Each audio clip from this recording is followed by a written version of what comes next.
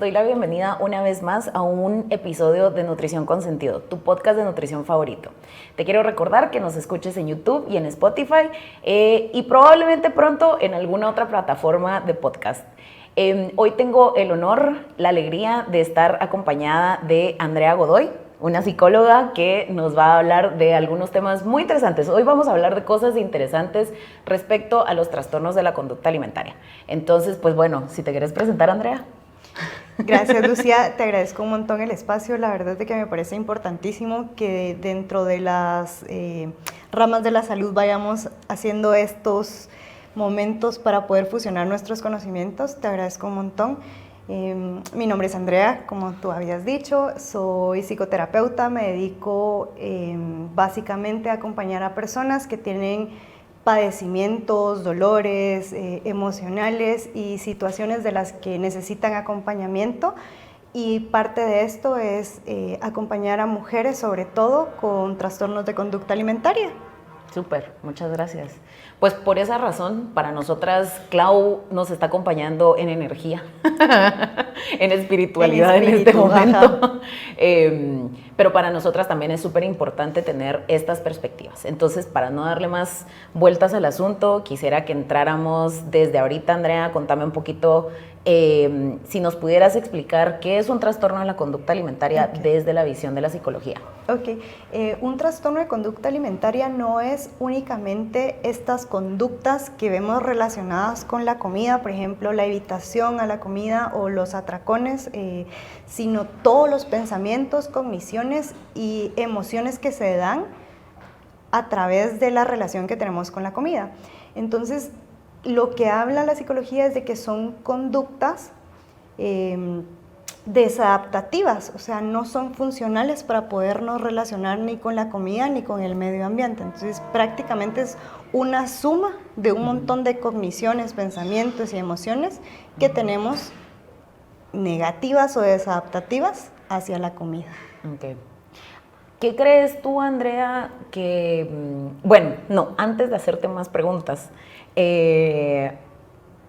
hace un ratito estábamos revisando la dietoterapia de Krauss, nuestra Biblia de la nutrición, y quiero leer un pedacito sobre qué es un trastorno de la conducta alimentaria para nosotras como nutricionistas, y que me parece súper importante matizarlo con lo que nos estás diciendo, porque si somos profesionales de la salud que acompañamos a las personas con estos diagnósticos, entonces, ¿cómo nos encontramos desde la psicología con la nutrición? Entonces, tratamiento nutricional médico en los trastornos psiquiátricos, eso es lo único que nos da nuestra Biblia, son 9 páginas nada más. Dice, los trastornos psiquiátricos o enfermedades mentales suponen un funcionamiento alterado del cerebro o del sistema nervioso que pueden producir alteraciones de la percepción y las respuestas al exterior. Hay más de 450 millones de personas con problemas mentales, neurológicos o conductuales en el mundo, según la OMS hasta el 2010. Una de cada 4 personas sufrirá algún tipo de enfermedad mental a lo largo de su vida. Ciertamente muchas personas famosas han sufrido enfermedades mentales en el pasado. ¿Qué pensás tú de esta primera... Bienvenidos a los trastornos? Claro, de la manera en la que se las introduce a ustedes en nutrición. A mí me parece interesante porque parece como un párrafo de una revista de moda. O sea, empezando por ahí. Cero científico. Cero científico, ¿no? Que te estén diciendo, vaya, ahí no te sientas tan mal porque hay famosos que también han padecido de esto. O sea, de ahí me parece que la visión que tienen y la manera de acompañar para ustedes como nutricionistas a los trastornos de salud mental, hay un sesgo. Porque revisábamos justo antes de empezar como para dónde va esta visión que tienen en nutrición, y lo único que hablan es, bueno, faltan cierto tipo de nutrientes y entonces ustedes se tienen que dedicar a dar esos nutrientes y ya. Entonces me parece interesante que se los den por ahí, que por ahí sea la manera en la que ustedes entran al acompañamiento de personas con trastornos de salud mental. Y con esto, mira, yo soy fan de desmenuzar pedacitos de artículos científicos. Claro. Y, por ejemplo, que dice 1 de 4 personas en el mundo, ¿verdad? Aquí estamos hablando de Latinoamérica, norte global, de todo, ¿verdad? ¿qué significaría para ti como, por ejemplo, quiénes serían las personas más probables a que sean una de 4?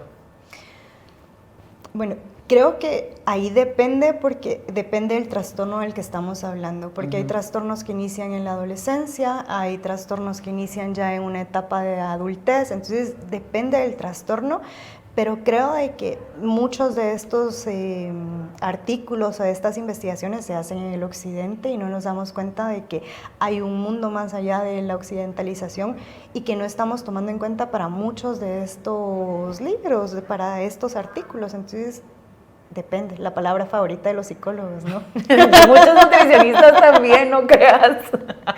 Sí, depende, ok.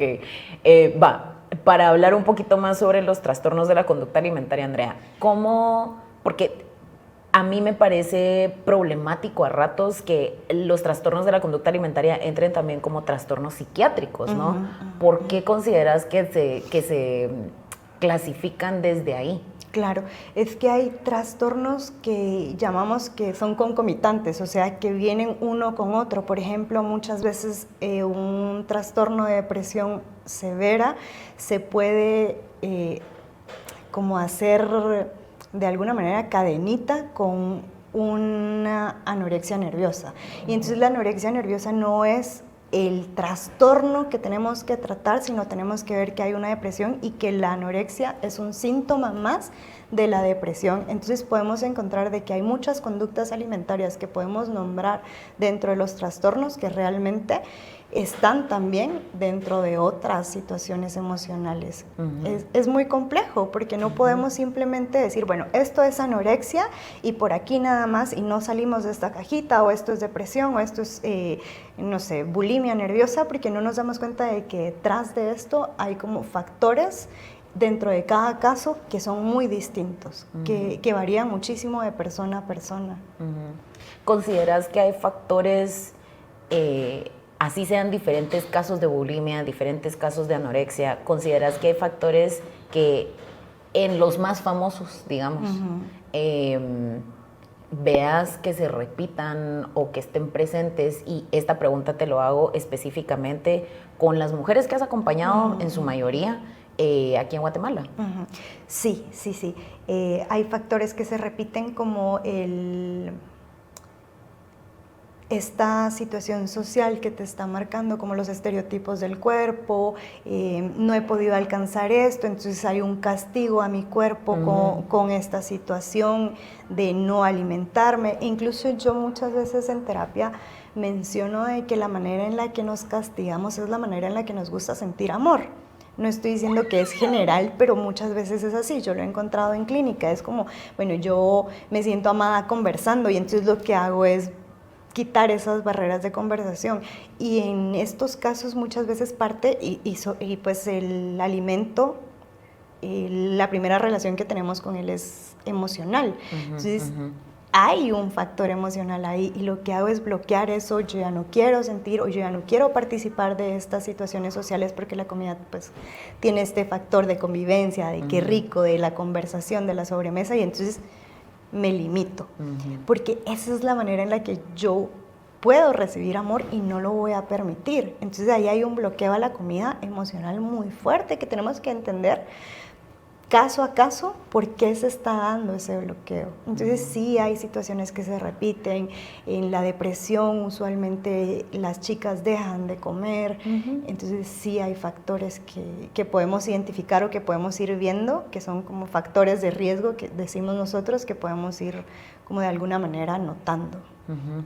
Me encanta que hay mucha terminología y cosas que estás diciendo que me parece impresionante cómo desde estas visiones distintas de una nutrición consciente, desde una nutrición más consciente, con sentido, ¿no? Nosotras también hemos aprendido ahora a identificar ese tipo de cosas cuando estamos acompañando en el espacio clínico, ¿verdad? Que desde la nutrición clásica en la universidad, por lo menos desde una licenciatura, en la mayoría de universidades no nos dan esa formación. O sea, todas estas cosas que me acabas de decir y que ahora entiendo, no, yo no las aprendí en la U, son cosas que vas aprendiendo ya en el día a día. Claro. hay una pregunta que, con esto que me dijiste, que me gustaría hacerte también, y es como, no sé si es pregunta o si es más que elaboremos en el tema, lo peligroso que es entonces cuando le decimos a una persona, ay, qué guapa que estás, bajaste de peso, ¿verdad? Como, ay, qué bien estás, y no sé, como en mi etapa de que en próximos episodios vamos a platicar sobre eso, cuando viví yo la etapa de depresión más severa de mi vida, como la temporada más severa, fue cuando probablemente una de las temporadas de mi vida en donde más delgada he estado. Y en ese momento pues yo ya no tenía a nadie en mi vida que me fuera a felicitar por la pérdida de peso. Al contrario, hubo una persona que me dijo, mire nena, yo miro que su ropa le está quedando muy floja, pero con preocupación, no me lo dijo desde un lugar de qué bueno, ¿verdad? Sino fue la única persona que me hizo un comentario sobre mi peso pensando en que sí había un problema, porque ella me miraba frecuentemente, ¿verdad? Entonces como me gustaría que hiciéramos ese match de qué sucede cuando, por ejemplo, con la depresión, lo más seguro es que te limites a comer o porque, pues bueno, en mi caso yo solo sentía náusea y repulsión y todo guácala, ¿verdad? Como ni me acerquen la comida porque no quiero. Y obviamente sabiendo, incluso teniendo presente que eso no era lo mejor para mi cuerpo, porque soy profesional de la salud y lo tengo presente, pero ¿qué significa eso entonces para las personas que ya la naturaleza, el peso natural de nuestro cuerpo ya está muy arriba y entonces perdemos peso y entonces nos dicen un comentario que refuerzan que lo que nos está pasando, así nos sintamos mal, está bien, de cierta forma? Claro. Vienen dos casos a mi mente. Uno era de una persona que estaba padeciendo de un problema físico, o sea, tenía como, si no estoy mal, helicobacter y le pusieron como una dieta muy, muy restrictiva y empezó a perder peso, obviamente, ¿no? Y lo que recibía eran muchas felicitaciones. Esta chica y me decía en algún momento en el consultorio, pero es que no tiene sentido, o sea, yo no estoy perdiendo peso porque quiero, yo estoy perdiendo peso por esto y no me gusta, o sea, tampoco me siento cómoda con cómo me estoy viendo. Y viene otro caso que justamente una chica que estaba en depresión muy, muy severa y estaba perdiendo peso y lo que recibía del entorno era, pero estás bonita, ¿no? Y si nos damos cuenta en el común e incluso en memes, porque yo he visto que hay memes de esto que dicen como, ay no, es que era la depresión, pero igual la gente me felicita por la pérdida de peso. O estoy a 3 diarreas de llegar a mi peso ideal. Estoy a 3 diarreas de llegar a mi peso ideal. Y vemos que hay una felicitación ahí porque la delgadez se asume como belleza, como primer punto, porque ni siquiera es salud, o sea, me parece que la sociedad no es salud lo que busca al inicio, y luego la asumimos como salud. Entonces sí hay ahí como un factor social que está determinando en los trastornos, no está tan mal que tengas depresión, porque de todos modos te miras bonita. O sea, no está tan mal que te sientas con ansiedad y que no estés pudiendo comer, porque de todos modos estás bonita. El caso contrario a, por ejemplo, el trastorno por atracón, porque no hay una bajada de peso, o la bulimia, no hay, sostenés tu peso más o menos, vas como en esta línea de no tener bajones tan abruptos y entonces no está esa felicitación. Es todo lo contrario, o sea, hay un estigma de estás gorda, o sea, no deberías de estar así, etcétera, etcétera. Entonces me parece como muy puntual, muy interesante, muy importante traerlo porque sí, existe ese estigma de igual estás bonita, no importa que estés deprimida. E incluso si nos vamos como a situaciones como históricas, la femme fatale, ¿no? O las chicas como que se pusieron de moda en algún momento, que eran flacas, que estaban en depresión, que no sé qué, que se les miraba y ese es un estilo como físico, estético, al que se busca y que incluso trataban o buscaban verse enfermas. Entonces, por ahí la sociedad está permitiendo mucho de esto. Mira, qué loco porque me desbloqueaste un recuerdo. Me recuerdo en la época de Tumblr, ¿verdad? Que muy era reforzar ese estereotipo. Había una serie. Existe una serie que se llama Skins, no sé si alguna vez la viste. No la he visto, pero me la han nombrado. Va, mírala, mírala. Y yo me recuerdo que mi aspiración era una de las protagonistas que era, para empezar, pues un montón de drogas duras, claro. No comía, bebía un montón, súper delgada y se le notaba que algo le estaba pasando, pues que no estaba contenta. Y que yo pensaba como, ay, qué difícil esto para mí porque yo en general soy una persona muy extrovertida, muy feliz. Como yo no puedo ser así porque mi personalidad no da para eso. Que entonces qué peligroso también porque cuáles son las ideas que se tienen justo de la forma, la expectativa de cómo ser una mujer atractiva, ¿no? Claro, claro, totalmente. Y ser una mujer atractiva implica como ser silenciosa, delgada, de alguna manera melancólica, que tenga como este tipo de introspecciones y de problemas mentales porque necesita ser salvada. Y entonces ahí ya la sociedad nos está diciendo, ay, es que qué bonitas las locas. O sea, yo con una loca, incluso hace unos días vi un meme que decía, es que quédate con la loca, porque la loca te va a hacer vivir experiencias y no sé qué. O sea, seguimos romantizando e idealizando los trastornos mentales, emocionales, y es brutal porque yo no he escuchado eso de un hombre. O sea, yo no he escuchado que a un hombre le digan, no, es que quédate con el loco porque los locos te van a hacer vivir. No, o sea, es a las mujeres a las que nos dicen que somos atractivas a través de este tipo de conductas de riesgo. Qué fuerte, Andrea. Sí, ahorita el meme el emoji del emoticón así con la cabecita explotada. Tengo otra pregunta. ¿Qué pasa, por ejemplo, cuando existe un trastorno, pero no se refleja físicamente y es una persona gorda la que lo está viviendo? ¿Has tenido casos así? ¿Qué seas como cuáles? Me gustaría que nos dieras un poquito ahí de caldito de qué pasa en esos casos. Fíjate que si me voy como a tratar de hablar en la generalidad, la mayoría de mujeres que llegan a la clínica tienen conductas de riesgo, no podría nombrarlas como trastornos de conducta alimentaria, pero sí conductas de riesgo en la alimentación. Entonces, llegan chicas, por ejemplo, llegó una chica adolescente en algún momento y me decía, es que yo dejo de comer toda la semana. Era una chica que era gorda, y me decía, yo dejo de comer toda la semana, pero nadie se da cuenta.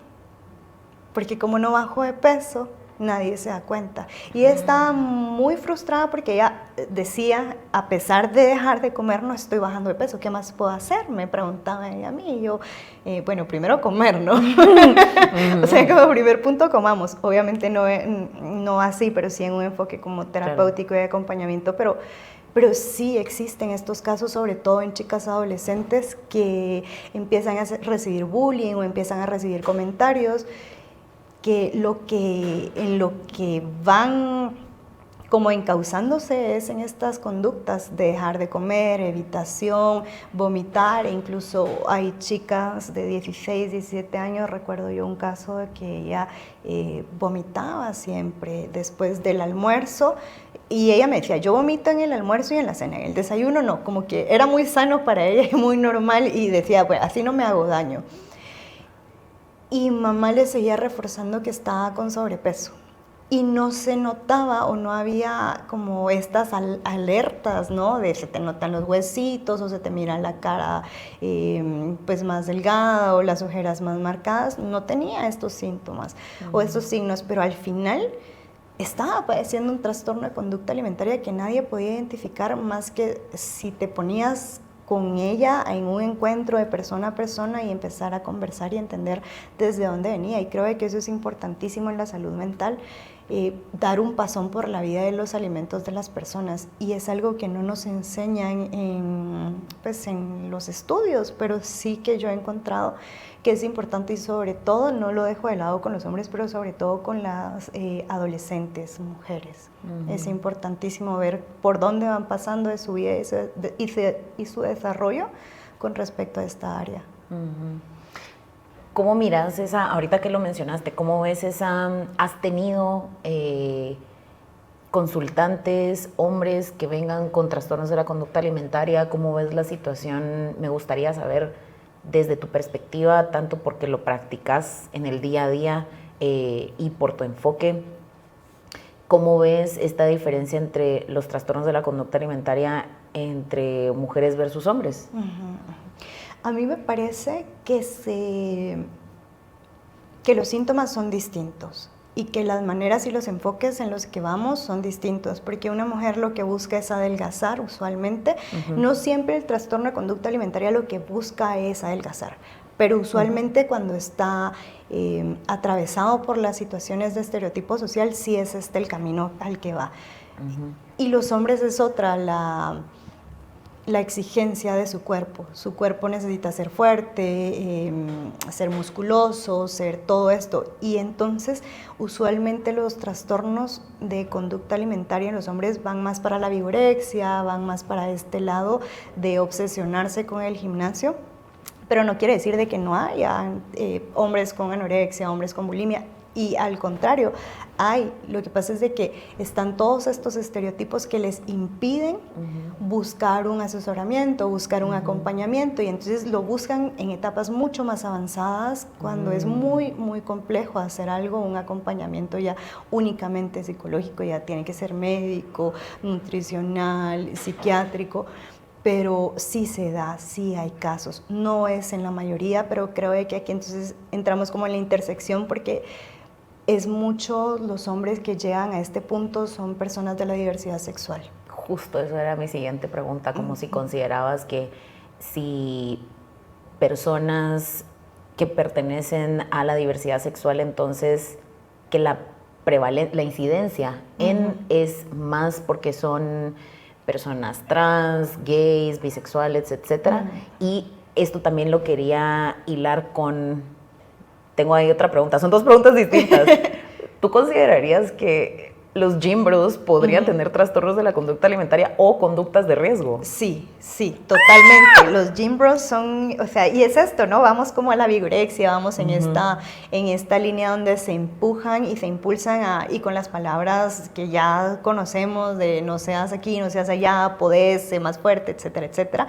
Entonces, sí hay riesgos y sí se da. Lo que pasa es de que no buscan apoyo, no buscan este acompañamiento. Y regresando a la otra pregunta, definitivamente las personas de la diversidad sexual, por todas las situaciones sociales a las que son sometidos y las opresiones en las que viven, sí hay una prevalencia en estos trastornos. No podría decirte qué tanto y no podría decirte en cuál de las áreas de la comunidad se da más, pero yo te podría decir a grosso modo que con los chicos gays se da muchísimo, porque hay una búsqueda de feminización del cuerpo en algunos, no en todos, que te lleva a ser delgado, a querer o aspirar a esa delgadez. Me haces pensar en momentos de cuando estaba en el escenario, cuando estoy así en grupos grandes con amigos gays, que siempre también se refuerza esta idea, ¿verdad? De mientras más delgada sos, más bonita sos, ¿verdad? O de que reinota porque no comiste en 5 días, como que sí son ideas que también se van reforzando, y con esto para nada estoy demonizando, tampoco es estereotipar, es entender como lo profundo. Claro, es nombrar los fenómenos. Sí, de las exigencias también, y lo que mencionas, ¿verdad? Como desde la feminidad lo que se espera de lo femenino es delgadez, ¿verdad? Y lo que se espera desde lo masculino es volumen, ¿verdad? Y volumen de cierta forma también, ¿verdad? Porque no es como un volumen no es volumen gordo, ¿no? Porque ahí entonces ya hay un atacar ese cuerpo ya no es válido, pero sí hay una presión distinta a la gordura de una mujer que a la gordura de un hombre, definitivamente. E incluso te dicen, ¿no? Es que los gorditos tan buenos que son, los gorditos son buenos amantes, o sea, refiriéndose a los hombres, ¿no? Que son buenos amantes, que son chistosos, o sea, se les ponen como un montón de etiquetas desde lo positivo. Y de las gorditas yo he escuchado, perdón por decir gorditas, pero así es como lo dicen, ¿no? Es que la gordita siempre es envidiosa, es que la gordita siempre tiene una amiga bonita, o sea, hay como muy marcado que el cuerpo gordo es distinta para la sociedad en una mujer que un hombre. Qué duro. Sí. Qué fuerte, Andrea. Sí, sí. Y las personas llegan a clínica con todo esto y no necesariamente tiene que ser su motivo de consulta, pero cuando revisas en la historia y Por ahí vas anda viendo, abajo. y vas viendo y vas conociendo a la persona y acompañándola, de alguna u otra manera sale. Porque somos cuerpo y no podemos evitar poner este cuerpo en la sociedad y que la sociedad de alguna manera lo atraviese y lo permee. Entonces siempre vamos a tener, me parece a mí, alguna herida que va pues, en consecuencia a nuestro cuerpo. Sí, a mí me parece muy interesante esto porque desde 10.000 lugares, pero me recuerdo que cuando empezaba a entender la pansexualidad, lo que se entendía era de que, ay, no, es que a mí lo que me gusta es la esencia, no la persona, y no sé qué. Eso no es cierto. No. Como también somos un cuerpo que vive cosas y que nuestra vida está permeada y atravesada, que van a pasar cosas por cómo me veo y por cómo la sociedad me percibe y que mi vivencia va a ser súper distinta. A mí me pasa mucho, por ejemplo, con mis amigas, cuando ando con mis amigas delgadas, ¿verdad? Como hay cosas que ellas solo a veces ni se dan cuenta que pasan. O cuando estoy con mi hermano, ¿verdad? Que mi hermano, yo ya olí cierta cosa y él solo no tiene idea de las cosas que pasan. Como siento que hay vivencias que ciertas corporalidades experimentamos y que nos hacemos como sensibles a estas cosas, ¿verdad? Y que por eso tal vez algunos mensajes van a pegar aún más, porque somos, para nosotros va el mensaje, ¿verdad? Como de vos deberías de estar a 3 diarreas de tu peso ideal, ¿verdad? Vos deberías de buscar como... Ahorita que hace un ratito que me dijiste lo de la loca, ¿verdad? Como este estereotipo. Como justo yo pensaba, ¿cómo le voy a hacer para deprimirme? Y verme así como, por supuesto ahí yo todavía no sabía mucho de la vida, tenía como 12 años, mi bebita, o sea, como no tenía conciencia de lo difícil que podía ser. Andrea, hay otra cosa que también te quiero preguntar, que es, ¿consideras que hay, o sea, ya sabemos la respuesta, pero me gustaría que elaboráramos un poco más, como si las conductas de riesgo, más que trastornos de la conducta, si las conductas de riesgo, más o menos como a qué edad las empezamos a desarrollar la mayoría de mujeres, y si también se dan como cuáles serían como las 3 fuentes de donde más lo jalamos, ¿verdad? Como 3 fuentes externas, porque por supuesto después lo interiorizamos, pero bueno, como cuáles crees tú que son 3 fuentes así súper importantes de donde las heredamos, básicamente, porque un poco son heredadas las conductas de riesgo. Por supuesto. Regresando a tu comentario anterior, justamente pensaba en que cómo es de peligroso que las chicas y los chicos tengan acceso a contenido que lo que hace es romantizar este tipo de personajes, ¿no? Porque, entonces ahora ya lo traigo a la pregunta que me hacías, porque este es uno de los factores de riesgo, los mensajes sociales que nos tiran, estar viendo constantemente cierto tipo de cuerpo y que ese sea el único cuerpo válido y bello, al que nombremos bello. O sea, primero yo creo que a nadie le debemos belleza, o sea, por ahí empezando, que ser bello o feo, que no debería de ser parte de nuestro valor como personas, pero en esta sociedad sí es así, porque como decíamos, pues hay ciertas vivencias en el cuerpo y que las personas nos perciben y entonces por ahí hay ciertas vivencias. Entonces, uno de los factores principales es lo que la sociedad espera, lo que la sociedad nos está diciendo, con publicidad, con mensajes aprendidos. Otro de los factores que es importantísimo mencionar es que una de las personas dentro de la familia padezca un trastorno de salud mental. Que, por ejemplo, mamá tenga depresión, papá sea ansioso. ¿Esté diagnosticado o no? Que esté diagnosticado o no, pero que hayan conductas de trastorno mental dentro de la familia. Ese es uno de los factores muy importantes.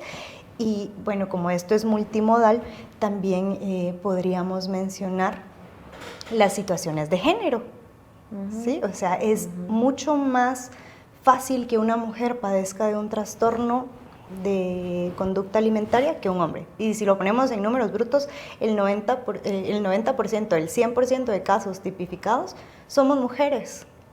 Entonces ahí ya te va dando que el hecho de que tú seas mujer inclina la balanza para un lado.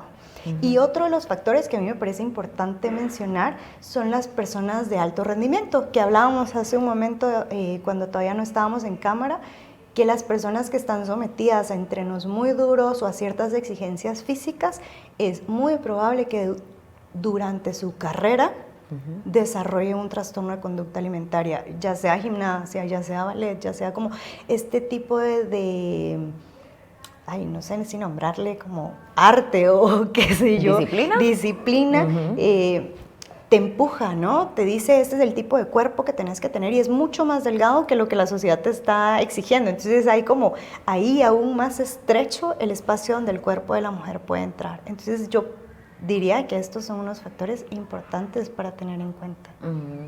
Y qué loco, porque también, por ejemplo, estos porcentajes que nos acabas de dar también me hacen pensar, esto no solo habla de mayor incidencia en las mujeres, sino también de que tan poca ayuda piden los hombres. Claro, claro, totalmente. Y entonces nos vamos como desenmarañando y nos damos cuenta de que no es una situación o un problema individual, sino que hay factores sociales que lo están permitiendo y que lo están, de hecho, no solo permitiendo, sino reforzando y que están impulsando a las personas a caer en esto. Entonces, no es como menos pensar de que la sociedad en general deberíamos de estar atentos a esto y tener idea de cuáles son los factores de los que tenemos que estar como pendientes. Si tengo una amiga que adelgazó muchísimo, en lugar de felicitarla, acercarme y preguntarle, ¿no? Porque lo primero que hacemos es adelgazaste y te me va re bien, bravo, pues.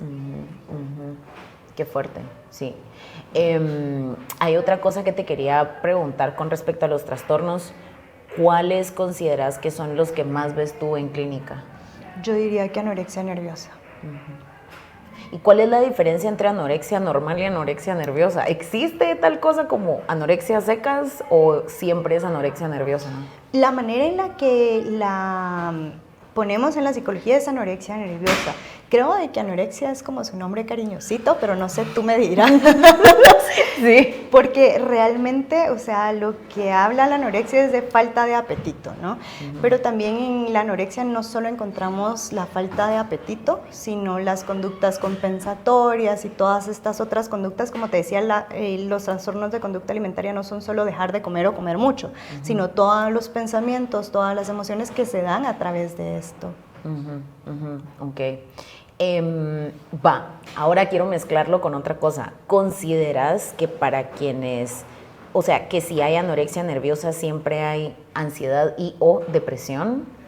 ¿O que son aislados? ¿Cómo lo ves tú? Porque yo siento que ahorita, que me parece muy importante que al fin estemos nombrando que muchas personas atravesamos periodos de ansiedad muy intensos y de depresión, ¿verdad? Como de que levante la mano el que no haya sentido ansiedad, entonces, como consideras que es un factor de riesgo, que es una cadenita, ¿verdad? Que siempre viene acompañado, que una cosa causa la otra, como, ¿qué viene primero? ¿El trastorno o la sintomatología, pensando la ansiedad o la depresión como un signo del trastorno? Claro. Me parece que la sintomatología siempre es la punta del iceberg, es lo que logramos ver cuando ya hubo un avance, pero antes de ese avance, o sea, antes de ver a la persona en una delgadez extrema, hablando de la anorexia como tal, hubo muchos factores antes y un proceso para que eso se volviera un trastorno, para que eso lo pudiéramos como asentar y decir, esto es un trastorno. Hubo, por ejemplo, las primeras dietas. Me preguntabas hace un momento en qué momento empezamos las mujeres a hacer la primera dieta. Usualmente es a los 8 años, y a mí me parece brutal, porque si regreso en mi historia te contaba de que sí a los 8 años, pues yo ya estaba preocupada por mi peso y siempre he sido una persona a la que nombran delgada. Entonces, o sea, y las delgadas tampoco nos salimos de ese tipo de estereotipos o de presiones sociales, exigencias. Entonces, me parece que al final no podemos decir una o la otra, sino que son situaciones y síntomas que se van abrazando uno con el otro y que muchas veces puedes empezar con una depresión por situaciones que no tienen que ver con tu apariencia o con un trastorno de conducta alimentaria, pero sí con tu estado de ánimo. Y ese estado de ánimo termina desencadenando estas conductas desadaptativas con la alimentación. Pero también se puede dar viceversa. Yo creo que los seres humanos somos tan diversos y nuestras historias son tan diversas que no todos entramos por la misma puerta para llegar al mismo edificio. Entramos por muchos lados y vamos tomando diferentes caminos, pero que al final caemos ahí, en ese trastorno de conducta alimentaria. Por ejemplo, en la depresión usualmente se da esta evitación a la alimentación porque no querés ya vivir. Y en algunas áreas de la psicología, en algunas escuelas, la anorexia no es como tal un trastorno, sino es un síntoma, e incluso ni siquiera lo nombran como desadaptativo, sino adaptativo para tu ambiente. Porque no siempre una anorexia está mal. A una persona a la que le controlan o que vive en una situación de mucho control y solo tiene control sobre su propio cuerpo, una de las maneras de hacer frente a esto es cerrarse ante el mundo y decir, mi cuerpo lo controlo yo. Entonces es muy complejo decir, bueno, ¿es esto o es lo otro? Creo que tenemos que ir y nadar con la persona a la que acompañamos y ver qué es lo que le está causando estos síntomas. No verla como un conjunto de síntomas, sino son señales por las cuales tenemos que ir navegando y tenemos que ir dándonos cuenta de qué significan para cada persona. Porque para mí dejar de comer no significa lo mismo que para ti. Y dejar de comer aquí en la capital no es lo mismo que en el interior. Dejar de comer para las personas que estamos occidentalizadas no es lo mismo que para personas del oriente, de orientales, pues, o sea, entonces al final tratamos de encajar y de encasillar todas las conductas para poder etiquetarlas y entenderlas de mejor manera, pero no es tan fácil. Sí, esto como me da muchas luces de lo absolutista que puede ser entonces la medicina para acompañar estos casos, porque quisiera saber, Andrea, más o menos con qué frecuencia y durante cuánto tiempo, así si nos pudieras dar así como un número promedio, te toma a ti acompañar a una persona hasta que sale por lo menos de la etapa de riesgo, y qué tan frecuentemente ves a esta persona, y también si consideras que eso es algo que la salud pública en Guatemala puede ofrecernos. Sí, usualmente es complejo dar como un margen de tiempo, pero yo te diría que en promedio son de 8 meses a 1 año, en lo que vamos saliendo de estas conductas, en lo que vamos aprendiendo otro tipo de cogniciones, vamos utilizando ciertas técnicas para que los pensamientos sean solo pensamientos y entendamos de que no son mi realidad. Y vamos entendiendo también de dónde vienen esos pensamientos, porque no puedo venir y decirle a la persona, vaya, ya no penses eso porque no es real, sino real. O sea, es entender qué significa para ti ese pensamiento, acompañarte mientras esté ese pensamiento y tener, o sea, la posibilidad de enseñarle a la persona a tener autocompasión. A mí esa palabra me gusta mucho y siempre la regalo en el consultorio y les digo, te voy a dar un regalo, ¿no? Porque la autocompasión para mí es fundamental para poder salir de esto. Es aprender a verte a través de los ojos reales y de amor que tú tenés por ti. Suena muy romántico y muy cucú, pero es que así es, ¿no? O sea, tenemos que aprender a vernos fuera de todo esto que socialmente nos están diciendo. El número de sesiones es usualmente, y lo que yo recomiendo es 1 vez a la semana. Es muy duro porque las sesiones de terapia pues no son gratis, ¿no? Al final de todo tienen como un costo. Y es difícil. Entonces ahí ya nos vamos como a los privilegios sociales de cuáles son las personas o quiénes son las personas que pueden pagarse y optar por un tratamiento y que tenga este seguimiento. Yo siempre les digo, mira, si por cuestiones económicas, de tiempo, etcétera, etcétera, no puedes venir 1 vez a la semana, procuremos no vernos más de 2 semanas, no dejar más tiempo que ese. Porque la cuestión es de que sí necesitamos estar constantemente haciendo como un checklist de cómo van tus conductas, cómo vas tú, cómo te sentís. Y cuando dejamos mucho tiempo de por medio, por ejemplo en nutrición, ustedes usualmente dejan 1 mes o este Las tipo. Las que tenemos este otro enfoque dejamos el 1 mes porque sabemos que toma tiempo que también. Toma tiempo, ajá. Y es, al final, si yo dejara a una persona con quien recién estoy empezando a trabajar, por 1 mes, o sea, ese mes pasa de todo, ¿no? Entonces sí necesitamos darle cierto seguimiento. Sí, esto es, me parece, no sé, estoy pensando que como, ¿cuál es el costo promedio de una sesión? ¿Verdad? Si costara, qué sé yo, 250. Estos son 1,000 quetzales mensuales. Claro. Así llevémoslo al extremo de que son 12 meses y ese es un tiempo, siento yo, que todavía es más o menos, porque hay casos que se extienden a 2, 3 años, ¿verdad? Dependiendo también de cuál es el entorno, que es algo que yo también veo en los acompañamientos. Si el entorno refuerza las conductas, cuesta muchísimo más salir de ahí, ¿verdad? Entonces, solo ahí son que aproximadamente 12,000 quetzales al año para poder salir de conductas que el entorno refuerza, el entorno laboral, social, probablemente pareja, probablemente la familia, la religión, no digamos, ¿verdad? Y que ahora, así a la pregunta que te había hecho, ¿cómo lo ves desde la salud pública en Guatemala? ¿Qué pasa con las personas que no tienen el acceso para llevar estos acompañamientos? Claro, esos 12,000 quetzales para desembolsarlos, y que además, ¿no? Andrea, tú tenés este enfoque, pero ¿cuál es la realidad de la mayoría de psicólogos en Guatemala? ¿Será que tienen este enfoque para poder acompañar a las personas que tienen conductas de riesgo o trastornos de la conducta alimentaria? Porque yo estoy consciente que con todas las terapeutas que he estado,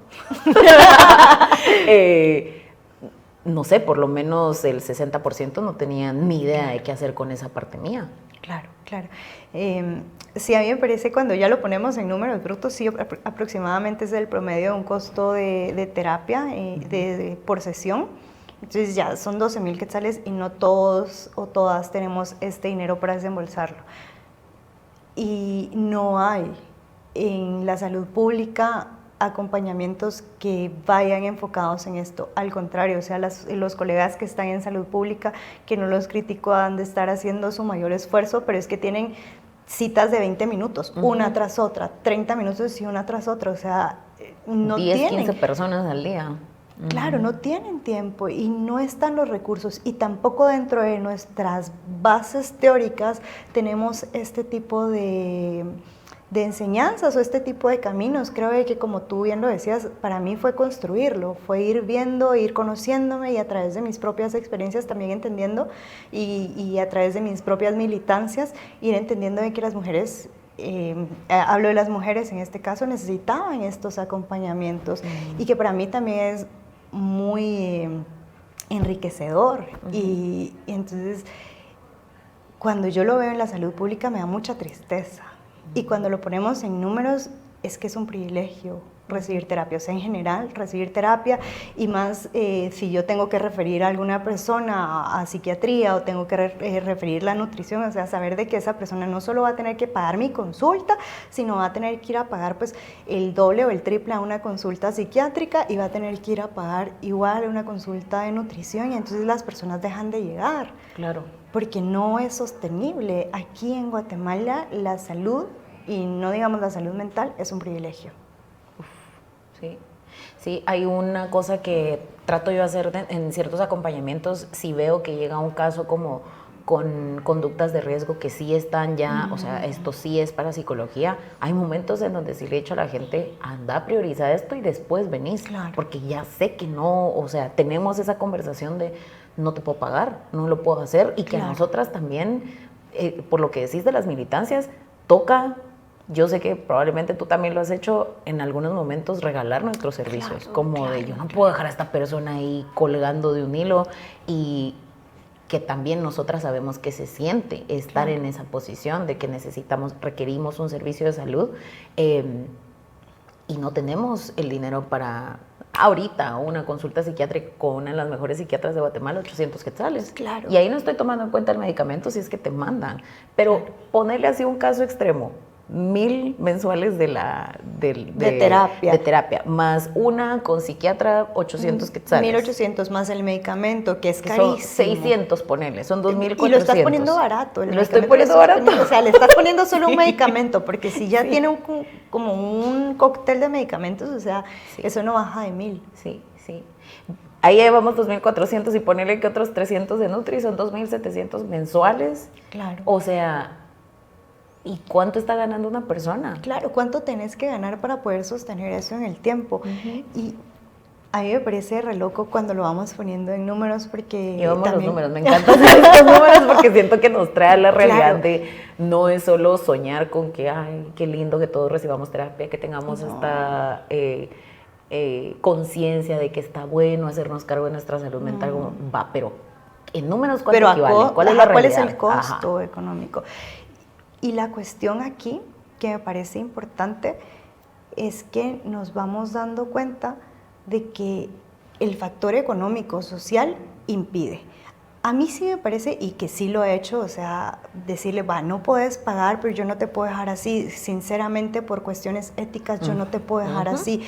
Que me quedé sin trabajo y ya no puedo seguir con el proceso. Va, dale, cuando consigas trabajo nos encargamos de esto, pero que también me parece como parte de la dignidad de la persona saber de que puede costearse un tratamiento. Claro. Porque eso cambia tu perspectiva. No estoy siendo una víctima y no estoy como pidiendo de regalado. Eso dentro de la terapia te pone en una subjetividad muy, muy fuerte y muy de víctima y muy para abajo y necesito de los demás y que sí, tenemos una interdependencia y nos necesitamos, pero que yo también le doy la posibilidad de decirle, va, ¿cuánto puedes pagar? Sí. O sea, yo no te voy a decir cuánto, porque yo no sé cuánto es de tu presupuesto. Si 20 quetzales puedes pagar, 20 quetzales paga, pero para mí dejarlo de gratis más allá de mis ganancias, es que es importante que la persona pueda entender de que tiene la capacidad de hacerse cargo de sus propios problemas, porque ya ahí, dentro de la subjetividad, hay un trabajo. Yo estoy pudiendo. No me lo están regalando, no estoy siendo víctima. Entonces ahí cambia muchísimo cómo estás recibiendo el tratamiento. Cuando yo estuve en prácticas psicológicas hace muchos años, me daba cuenta de que las personas dejaban de llegar porque es un proceso que les están regalando. Sí. Sí. Y aunque sea 20 quetzales, 50 quetzales, y si eso puedes pagar, tú haces el esfuerzo y vas semana a semana y juntas tus 50 quetzalitos, pero cambia mucho la manera en la que la persona llega a recibir la terapia cuando le das la oportunidad de decir, yo no te voy a hacer todo, o sea, yo no te voy a hacer el trabajo, porque para mí no es hacerle el trabajo a la persona, sino acompañarla a que pueda encontrar el camino. Yo me recuerdo que hubo una época en una universidad privada aquí en Guate dan el servicio, ay no, porque pensé, me voy a guardar la información, pero no, esto es importante para quienes necesiten. No sé qué significan las siglas, ahorita no las tengo presente, pero se llama CIPA, la da la del Valle. Y estuve yo como con 2 terapeutas que la verdad 100 puntos y yo me recuerdo que en ese entonces yo pagaba como 40, 50 quetzales por sesión y sí era una cuestión significativa y pues bueno, esto fue antes de COVID, ¿verdad? Pero yo llegaba al lugar, también el esfuerzo de tengo que ir a un lugar para recibir la terapia y también algo importante que estás mencionando en este momento de cuándo puedes pagar, para mí es súper importante, que es algo que hago también en los acompañamientos, hablar de economía comunitaria, ¿verdad? Como de, si alguien puede pagar 450 por una sesión conmigo, excelente, porque hay personas que están pagando 100, hay personas que están pagando 200, ¿verdad? Y como un poco es equilibrar cómo le hacemos entre, para quienes podemos pagar un poquito más versus quienes no podemos pagar tanto, ¿verdad? Y que también esto es parte, siento yo que ni siquiera se habla tanto, porque hay también como un submundo de, pero es que tú tenés que cobrar lo que tus servicios valen. Y si yo pudiera ponerle un precio a mis servicios, sí sale bien caro. Todo este conocimiento y todo este trabajo, ¿verdad? Pero ¿cuál es la realidad en la que nos situamos también como profesionales de la salud en este contexto, ¿verdad? Algo más te quería preguntar, Andrea, con respecto a salud pública, porque también yo en muchas ocasiones pensé, ¿qué pasaría si a mí el gobierno me pudiera contratar para pagarme? ¿Verdad? Como que me pudiera pagar dignamente y yo poder ofrecer estos servicios. ¿Cuáles consideras que son como cosas que, como así muy a grosso modo, muy aquí superficial, qué cosas sentís que podrían o deberían cambiar en nuestro entorno o desde lo político para que entonces si pudiéramos haber más profesionales de la salud contratados por el gobierno para brindar esos servicios de salud? ¿Cómo lo ves o cómo ves la idea incluso? Me parece que es una pregunta como capciosa. No hay trampa, verdaderamente es curiosidad. Es muy difícil, ¿no? Porque no podemos salirnos de la trampa, porque es que para poder tener esto necesitamos prácticamente que cambiar las políticas. O sea, para poder decir, vaya Lucía, yo te voy a contratar y te voy a pagar, a mí me parece que lo mínimo que debería ganar un profesional de la salud contratado en el gobierno serían 15,000 quetzales. Hablemos de con números. prestaciones, Con por favor. prestaciones. No va a ser, o sea, para que eso se dé, para que contraten nutricionistas y les paguen lo que hay que pagar y se les dé la oportunidad de trabajar dignamente, es que hay que cambiar todo el sistema de salud, los hospitales, la manera medicalizada en la que vemos a las personas, hay que cambiar realmente la sociedad como tal. Entonces, a mí me Hasta parece el hermoso estigma el de estigma. ir al psicólogo. Y podemos empezar desde la educación, ¿no? Desde la educación que recibimos desde muy chiquitos. Y vámonos a la educación superior, o sea, esto que tú me decís que es la Biblia para ustedes, o sea, el simple hecho de tener ese nombre ya dice algo, ya dice para dónde va. Y así tal cual en psicología, en medicina, entonces deberíamos de apuntar a cambiar a una sociedad más digna, más amorosa, más también autogestiva, ¿no? Porque entonces ahí ya nos vamos a las comunidades y entendemos de que hay situaciones dentro de ellas de mucha sabiduría, de medicinas ancestrales que no tomamos en cuenta. E incluso en psicología a mí me parece hermoso porque yo como mi primer título es como psicóloga social, entonces por ahí va como esta manera de ver el mundo un poco más abierta, que entender que en las comunidades a lo que nosotros le llamamos ansiedad, ellos le llaman de otra manera, o el mal de ojo que para nosotros es, o sea, algo absurdo, para ellos es real. Y cuando vamos adentrándonos en las comunidades y entendiendo desde dónde ellos lo ven, que es hermoso y que tiene muchos factores de protección, que dentro de la capital o dentro de este sistema capitalizado, Burbuja. esta burbuja, no tenemos, porque estamos individualizados. Entonces yo apuntaría, y mi sueño es cambiar, ¿no? La sociedad y volvernos más comunitarios. Qué lindo, sí. Sí, justo estaba pensando haciendo números también, ¿verdad? Que con que nos contrataran a 100 nutricionistas, pues, con 100, son 150,000 quetzales mensuales, se los juro que... Pero imagínate 100 nutricionistas para toda la población, No, o sea, no, no das. eso da como para una parte, ni la región metropolitana. Claro, y si vamos y vemos, yo no estoy segura de cuántos psicólogos están contratados en el gobierno, pero yo estoy segura de que, o sea, es un número ridículo, pues. ¿Te imaginas poder ir a un centro de salud y decir, ay, vengo a mi cita con la Y nutricionista? que en cada centro de salud haya psicólogo, nutricionista, o sea, eso sería hermoso. Y yo creo de que eso es a lo que deberíamos de apuntar como generación, porque al final de todo somos los que vamos quedando como para impulsar ahí los cambios. Tal vez es utópico, pero está bueno pero bueno, soñar. somos seres deseantes, entonces hay que desear cosas ricas y lindas. Sí, qué bello. Pues bueno, Andrea, para ir cerrando un poco, a ver, para las personas que nos van a estar viendo, que van a estar viendo en este momento lo que estamos hablando, algunas recomendaciones si observan conductas de riesgo, qué podemos hacer, a quién crees que necesitamos acudir de primero, o incluso cuáles son algunas guías para saber qué psicólogos o qué preguntas hacerle incluso a las personas que dan acompañamiento psicoterapéutico, cuáles son las claves que necesito saber para entender si este es un acompañamiento que me va a servir. Bueno, ¿cuáles son como los factores de los que tenemos que estar alerta? Es bajadas de peso muy abruptas, cambios de humor muy fuertes, aislamiento, excusas, por ejemplo, para no querer compartir la mesa con las personas con las que siempre las compartías. Hay situaciones ya más físicas como úlceras, laceraciones, en los dedos. Me imagino que tú sabrás que se crea como ciertas marcas por la...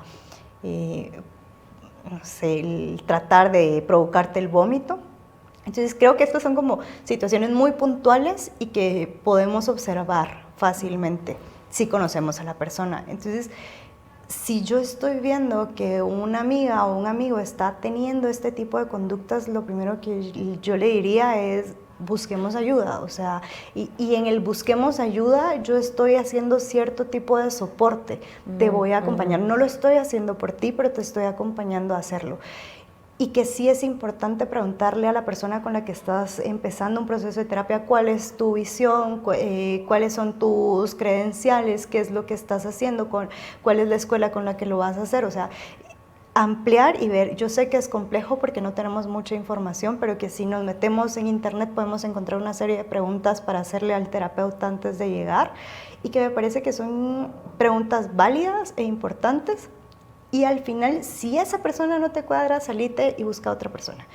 Porque muchas veces nos quedamos recibiendo terapia con la primera persona con la que fuimos, porque bueno, ya fue. Y bueno, o sea, no es un casamiento, ¿no? Es algo que puedes cambiar, y definitivamente hay procesos. Es un servicio que estás pagando, claro, así sea una cuota simbólica incluso. Claro, y hay procesos que puedes llevar muy bien y perfectamente con una terapeuta, pero de repente te das cuenta de que topaste ahí en ese proceso, que hay otras cosas que necesitas trabajar, pero que con ella ya no, o con esta persona, con este terapeuta, ya no estás pudiendo trabajar. Se vale cambiar, o sea, se vale ir con otro terapeuta, porque de nuevo no es una relación que tiene que durar toda la vida, sino son procesos en los que tú vas midiendo la mejoría. Ok.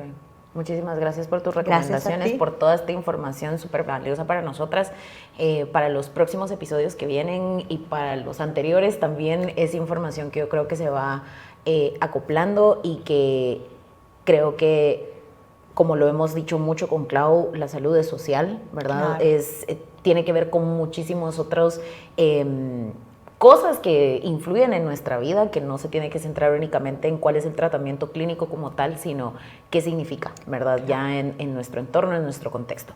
Entonces, pues nos queremos despedir. Vean nuestros episodios pasados, los episodios que vienen, estén atentos a en qué momento van a salir. Déjenos comentarios, preguntas, likes, compartan, lo que sea. Dennos ahí palabras de amorcito. Y Andrea, tus redes sociales, ¿cómo te puede encontrar la gente? ¿Cómo te pueden contactar? Es complejo porque no manejo redes sociales más que las personales, entonces por ahí van a ver fotos mías indecentes y de mis hijos. Entonces, creo que por medio de ti me pueden contactar, y estoy laborando en una clínica en Zona 9 que se llama Insight, por ahí también estoy y trabajo ahí. Próximamente habrán otros proyectos a los cuales ya te voy a invitar, y ya vamos a poder ir como justamente en esta línea, ¿no? De pensar más en lo social, en lo comunitario, y dejar de medicalizarnos en nuestras profesiones. Entonces por ahí van a haber otros proyectos y ya abriré redes sociales. Yo lo prometo que sí. Hoy, aquí queda grabado. Acá, yo prometo que sí, voy a abrir redes sociales. Pero te agradezco un montón el espacio, me parecen pláticas súper enriquecedoras. Entonces te agradezco muchísimo. Muchas gracias. Gracias a ti, Andrea. Pues bueno, entonces pueden pedirme el contacto de Andrea en La Otra Dieta en Instagram. No se olviden de seguirnos también en Nutrición con Sentido _ en Instagram, en TikTok también. Y pues bueno, estamos teniendo estas conversaciones. Por favor, déjenos sus comentarios. Muchas gracias por ver hasta acá y nos vemos en un próximo episodio. Chao.